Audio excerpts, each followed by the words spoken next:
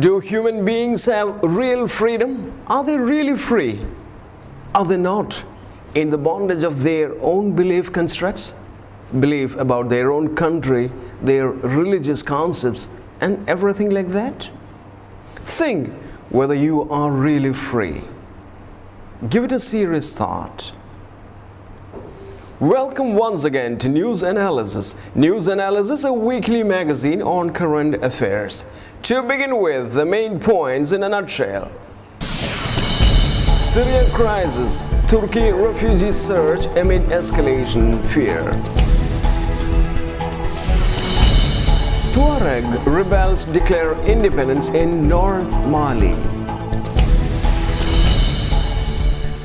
US Coast Guard sinks tsunami ghost ship.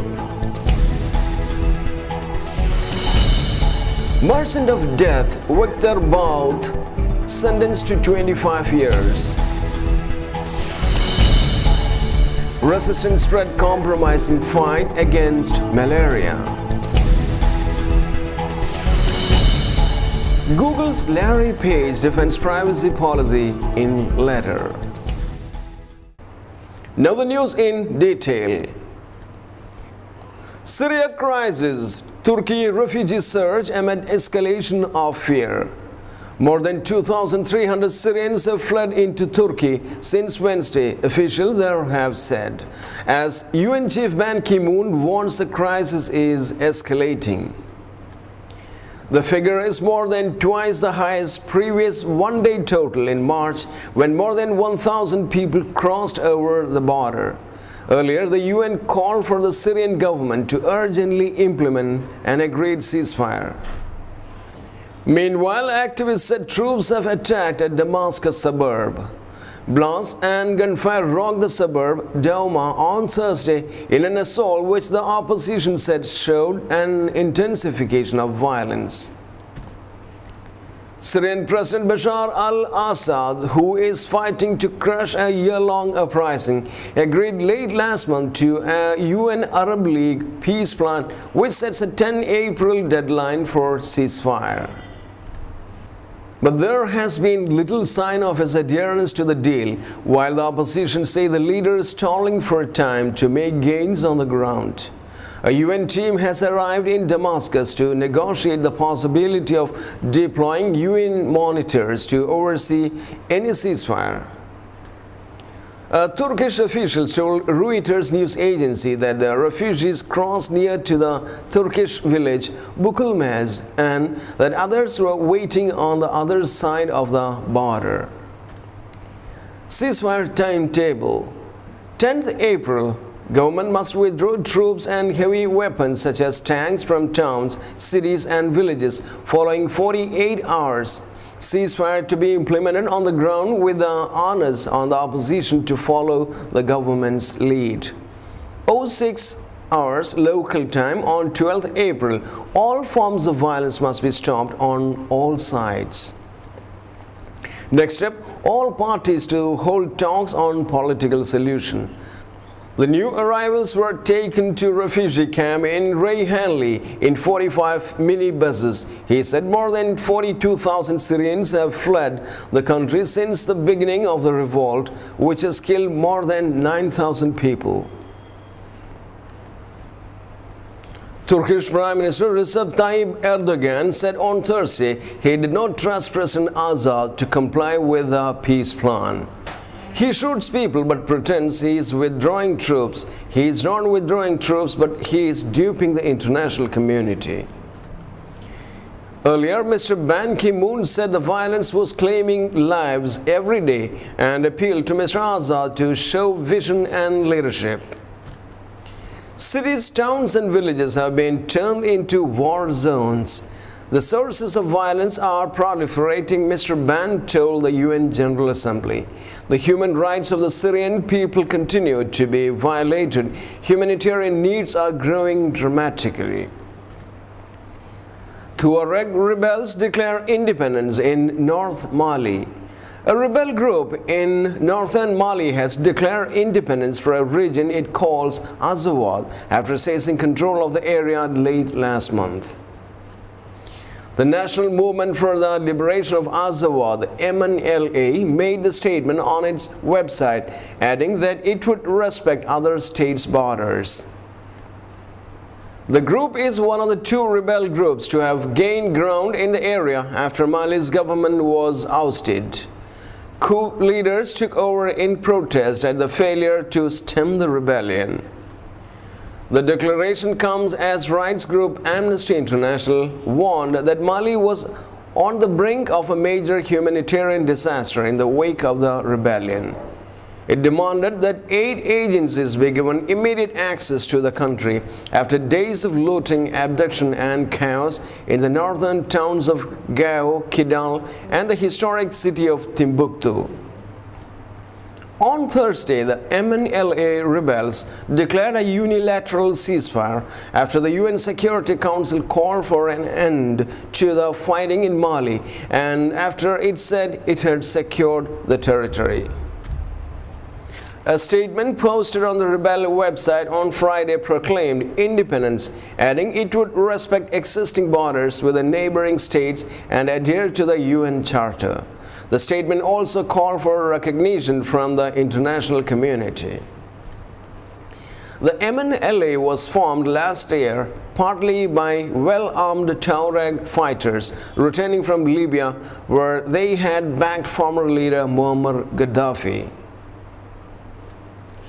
But the UN has previously voiced alarm at the presence of the Ansar Dine group amid the rebel forces, which has links to Al-Qaeda and wants to impose Islamic law on Sharia across the whole of the West African state. Unlike the MNLA, Ansar Dine is not in favor of an independent northern state. US Coast Guard sinks tsunami ghost ship. The US Coast Guard has used cannon to sink a crewless Japanese ship that drifted to Alaska after a 2011 tsunami. The Coast Guard earlier said they would hold off scuttling the Ryuan Maru after a Canadian fishing boat claimed salvage rights. But a Canadian official later said that the Bernese Sea had been unable to tow the 200 feet Japanese ghost ship.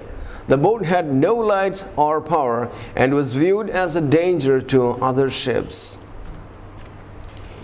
It was thought to be at the vanguard of a stream of tsunami debris that has been drifting east since last year's disaster hit Japan. On a contractor, the Rio on Maru was first spotted off the coast of Canadian British Columbia on 23rd March. The vessel was moving at about 1 kilometer per hour in a maritime transport corridor that separates US and Canadian waters. It was adrift about 195 miles from Sitka, Alaska, when it was sunk, officials said. Chief Petty Officer Kip Wadlow told AP News Agency that a cutter was used to fire cannon at the abandoned ship, which burst into flames and took on water. After a few hours, larger ammunition was used to complete the job, he said. A Hercules C-30 aircrew was ready to participate in the operation, broadcasting to mariners and air traffic to alert them and help clear the surrounding area before the demolition of the ship began. CPO Wadlow said it would be too expensive to try to salvage the ship and too dangerous to put anyone on board. The ship may have carried more than 7,500 liters of diesel fuel, officials said. The Rio on Maru, a shrimping boat, has been traced to the Japanese island of Hokkaido. Alaskan Senator Mark Begich suggested that the boat's owner had been identified, but the owner did not want the vessel back. On 11th March 2011, a 9.0 magnitude earthquake hit Japan, triggering a tsunami that swamped a power station, prompting the worst nuclear crisis since the 1986 Chernobyl disaster. Merchant of Death Victor Bout sentenced to 25 years. Arms dealer Victor Bout, dubbed as the Merchant of Death, has been sentenced to 25 years in jail by a U.S. judge. During the sentencing, the ex-Soviet officer shouted, "It's a lie," as the prosecution said he had agreed to sell weapons to kill Americans. The 45-year-old was found guilty in November of attempting to sell heavy arms to a Colombian rebel group.